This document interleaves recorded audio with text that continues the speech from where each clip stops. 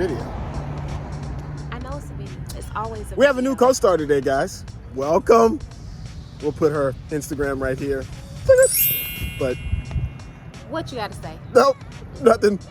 I'm not on there as much as he is. No, she's not on there as much as she is. This is my gorgeous wife, and you've already heard me refer to her a couple times on here, but we're walking today. We're each other's fitness and health accountability partners. Sometimes. I've spoken so highly of her, and she's already trying to make me look bad on the video. No, I'm here to When make are you we look not better. each other's health and accountability partners? Okay, all the time. So, tell them a little bit about yourself. Couple facts. What kind of girly are you? She's a book girly. I am a book girly. She was last year a pumpkin spice girl. Last month. I'm still a pumpkin spice girly. Okay. But it started in October. It's time to phase that on out. Okay, I'm trying to get the sun on your face. There we go. What are you? You're also she's a TikTok girly. I am a TikTok. She loves a TikTok. I love TikTok. She sends me about 10 a day. Let's see. What else are you? I'm a nap girly. You know.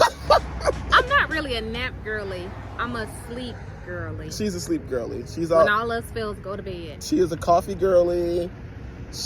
One last thing. What else? Give me something random that people need to know. I don't know. I wasn't expecting. No, that's the whole talk about point. That's the whole myself. point. We're just documenting. I am also born in the month of June. Oh, she's a Gemini. You know, I've realized that I'm probably just perfect, and it's everybody else around me that's got issues. I mean, like the real, like quintessential. What you got? Like today might be Mr. Jekyll. Yesterday was definitely. Don't talk Mr. bad about me on the interwebs. Nope. So we're gonna walk around, maybe get a couple miles, and then we're gonna get a little treat today, and we'll be back. Bye. I love making her awkward. It's fun. I don't care about being I'm awkward. not awkward, You're but not. it's like, well, okay, let's go walking now.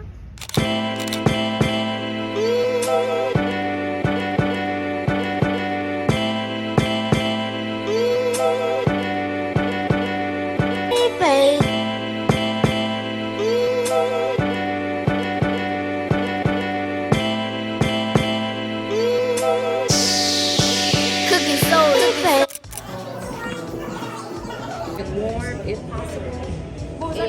The honey glaze, if I can get that one warm.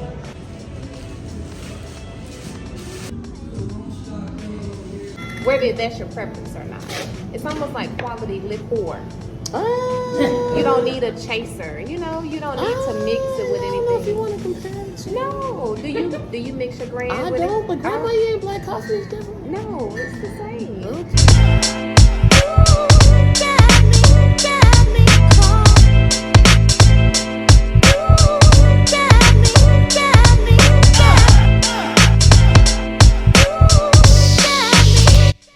Are you a self-proclaimed salon girly?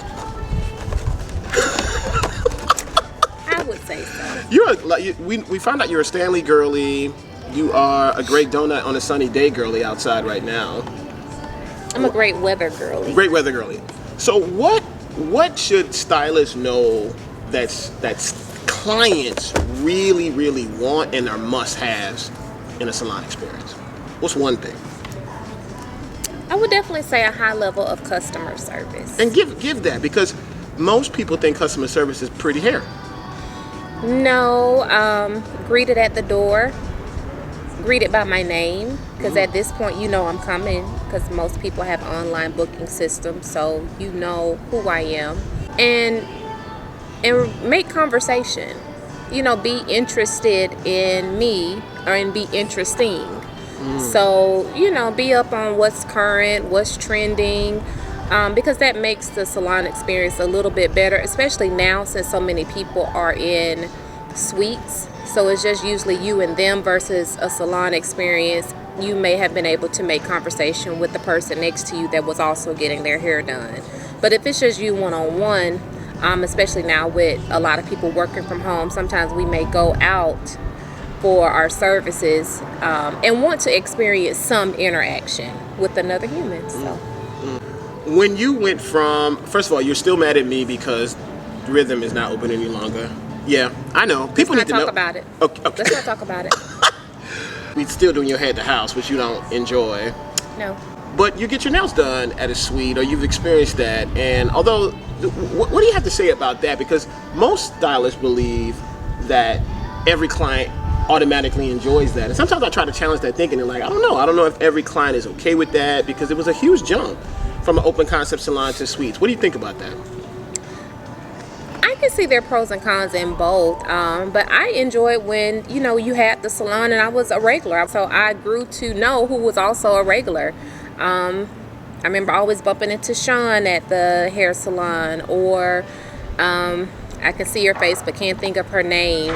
Kept her hair really short, in a pixie cut, but you know, so you kind of befriend other people who are getting serviced. So what about like booking? There's still stylists that may believe, listen, I'd rather you just call me. I still want to take appointments over the phone.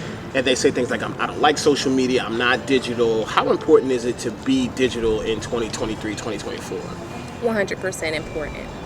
Especially when everybody's on the go, and if I can easily go online, book my appointment 24 hours a day, I think that's, you have to be in the end times, and that's very much how people move. People would not expect this, but you're not an Instagram girly. Your order, and girly is just our new phrase. That's what she's been saying around the house, so I'm just messing with her. Well, it's the phrase. It's the phrase. What is believed is that the client is on Instagram because hairdressers on Instagram. What is your like social media order? I think it'd be interesting for people to hear that you're on other spaces. Like they could get you in other places. Where could they also get you? Because they can't get you on IG like that because you're not there as often. Social media where I actually interact, Facebook. It's the OG, but a part of Facebook is, I think people show up more of themselves on Facebook. People have to have their own name on Facebook versus their brand name or a business name like they do on IG. So I know I'm interacting with, you know, Tasha Sneed, fictional person, but versus, you know, a brand. I'm interacting with a real person. So that would be first.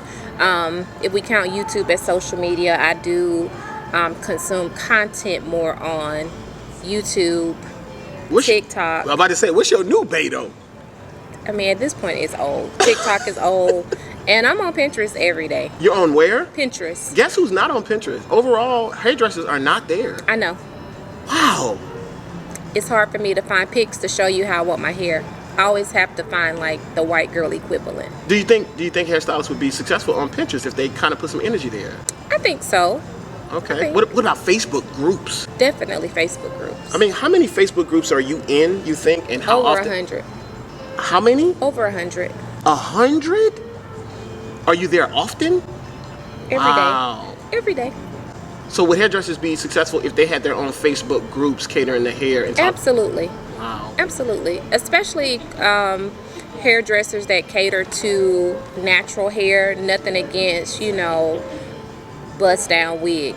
Nothing against that. But I've always admired what you had to say about the hair growing out of my head. So I take your opinion in high regard when it comes to hair care, hair routines, all of that stuff. So I do think it's definitely beneficial for people servicing people with natural hair in particular.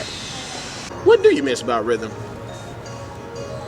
For my own personal reasons, and honestly, you were a better hairstylist at the salon.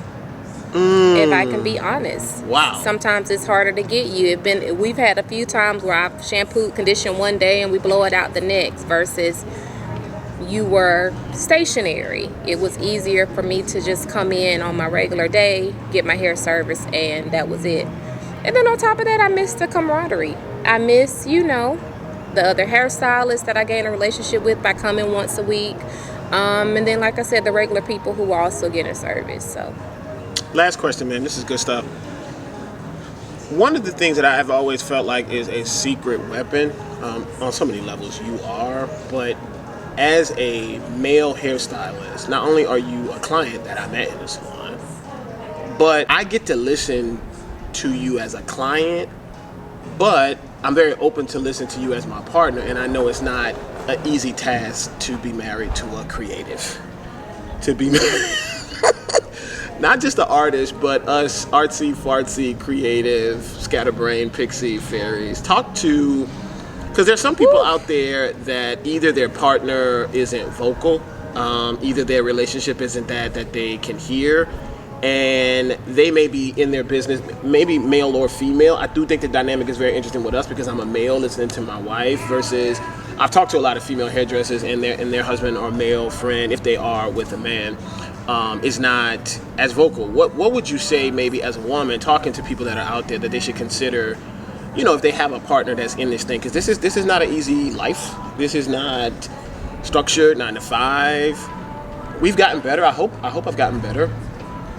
It's been rough. Yes, you've gotten better. What are some things that you would want to say to people for them to consider to make it easy on their partner that's going along with this crazy hair ride?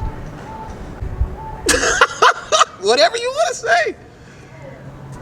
Again, this might be the only time people even hear this because they think it's all, they say things like, well, they knew what I was into when they got with me. They should just understand. People, this is what I've heard in coaching calls, and I'm like, consider him, consider her, consider. Speak your mind. People will say it all the time, but communication truly is key. I think a lot of times in relationships in general, there's a lot of assumed or uncommunicated expectations. And even if it's a passing thought, I think it's important to get it out of your head and at least let your partner know what you're thinking and how you're feeling. I think another thing that has helped us is regular family meetings that are also business meetings, so that we can have one isolated sitting where we're talking about things that are important, that are going to move the needle when it comes to business and our family and our relationship.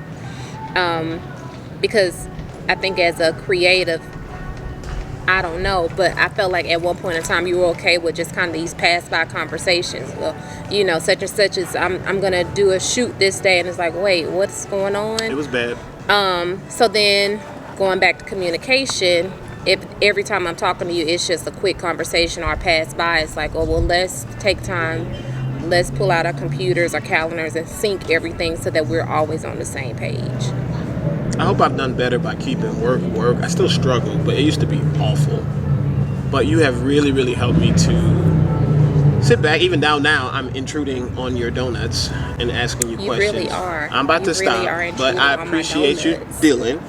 But I'm thankful for you to remind me that work is work. And when I'm working, work super hard. But when I'm not working, rest super hard and play super hard too. So that has been, you know, number 755 on the list. It's been so many. So we thank you. We thank you, Suge. I tried. All right. Well, we appreciate your little mini interview right here. You can get back to your donuts now. It's over.